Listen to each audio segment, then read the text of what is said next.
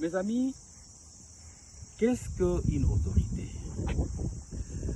L'autorité, c'est la capacité de se faire respecter. Elle ne se négocie pas, mais plutôt elle s'impose. Lorsque une personne est investie d'autorité, de pouvoir, il exige respect et il s'impose.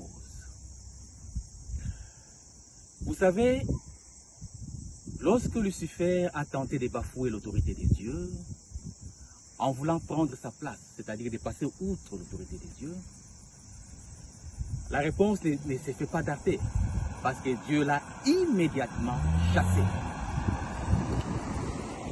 Mais en plus, la Bible nous dit que Dieu a plusieurs qualités, telles que Dieu est très bon, il fait grâce à qui il veut, il pardonne, Dieu est très patient, riche en bonté, miséricordieux. La question que je me pose actuellement, c'est de savoir, lorsque Lucifer a bafoué l'autorité de Dieu, pourquoi Dieu n'a pas utilisé toutes ces qualités qu'il a pour donner à Lucifer encore la chance, peut-être, de faire une fois, deux fois, trois fois la même bêtise? Mais Dieu a immédiatement répondu et il l'a chassé. La raison est simple. Parce que quand vous touchez à l'autorité établie, vous touchez à la fondation même de la maison. Vous pouvez toucher à une fenêtre, à une porte, vous la cassez, on peut la réparer. Mais quand vous touchez à la fondation, et la porte, et la fenêtre se cassent, tout s'écroule. Voilà pourquoi Dieu n'a pas hésité une seconde et il l'a chassé. Le deuxième scénario s'est encore reproduit, et cette fois-ci c'était dans le jardin d'Éden avec Adam et Ève. Vous savez, Dieu avait investi Adam de tous les pouvoirs, comme chef numéro 1, de pouvoir garder le jardin et de pouvoir bien l'entretenir. Et Ève était à ses côtés comme assistante.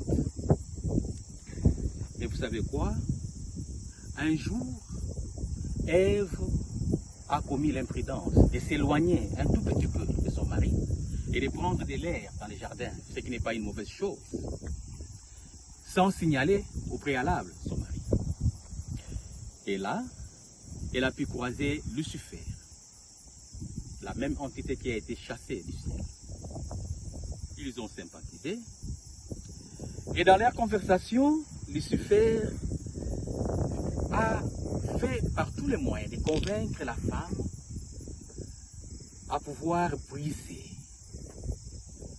l'autorité de son mari.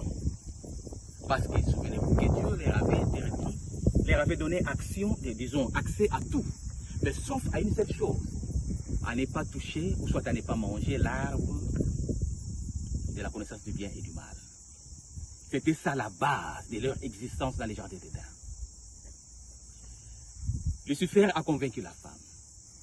Et la femme a commis la grosse bêtise de ne pas chercher refuge auprès de son mari pour lui poser la question, parce que c'est lui qui en avait la charge, n'est-ce pas? Elle pouvait rentrer et dire, Adam, voici ce qu'on vient de me dire, de pouvoir goûter à l'arbre défendu, au fruit de l'arbre défendu. Et comme le mari était en charge de la protection, il allait dire, assurément, non, n'est-ce pas? Mais Ève a préféré de passer outre l'autorité de son mari. Elle a pris du fruit et elle en a mangé.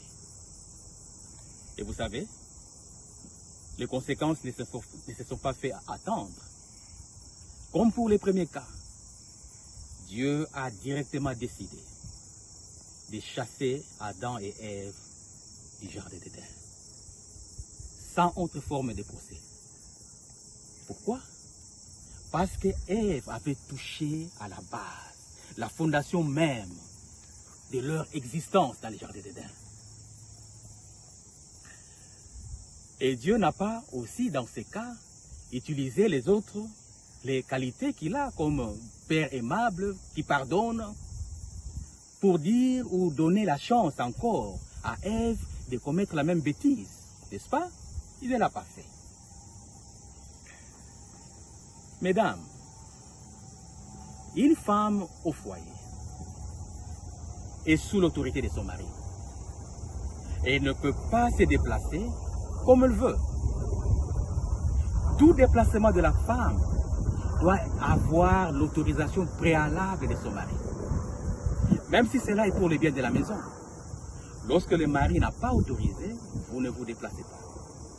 Il a le droit et le pouvoir de connaître tous les faits et gestes de sa femme. Même s'il faut demander 1000 fois l'autorisation à son mari pour se déplacer, vous devez le faire. C'est ça la vérité.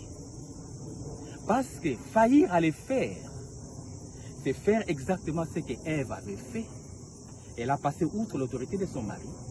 Elle était exposée et personne ne pouvait lui venir en aide. Et en plus, elle a encore mangé du fruit de l'arbre. La vérité derrière ceci est que le fait de pouvoir tout simplement faillir à l'autorisation préalable de votre mari pour vos sorties, ceci est une preuve suffisante pour vous divorcer. C'est ça la vérité. Des deux, vous n'avez pas l'autorité, ou soit vous devez vous poser la question.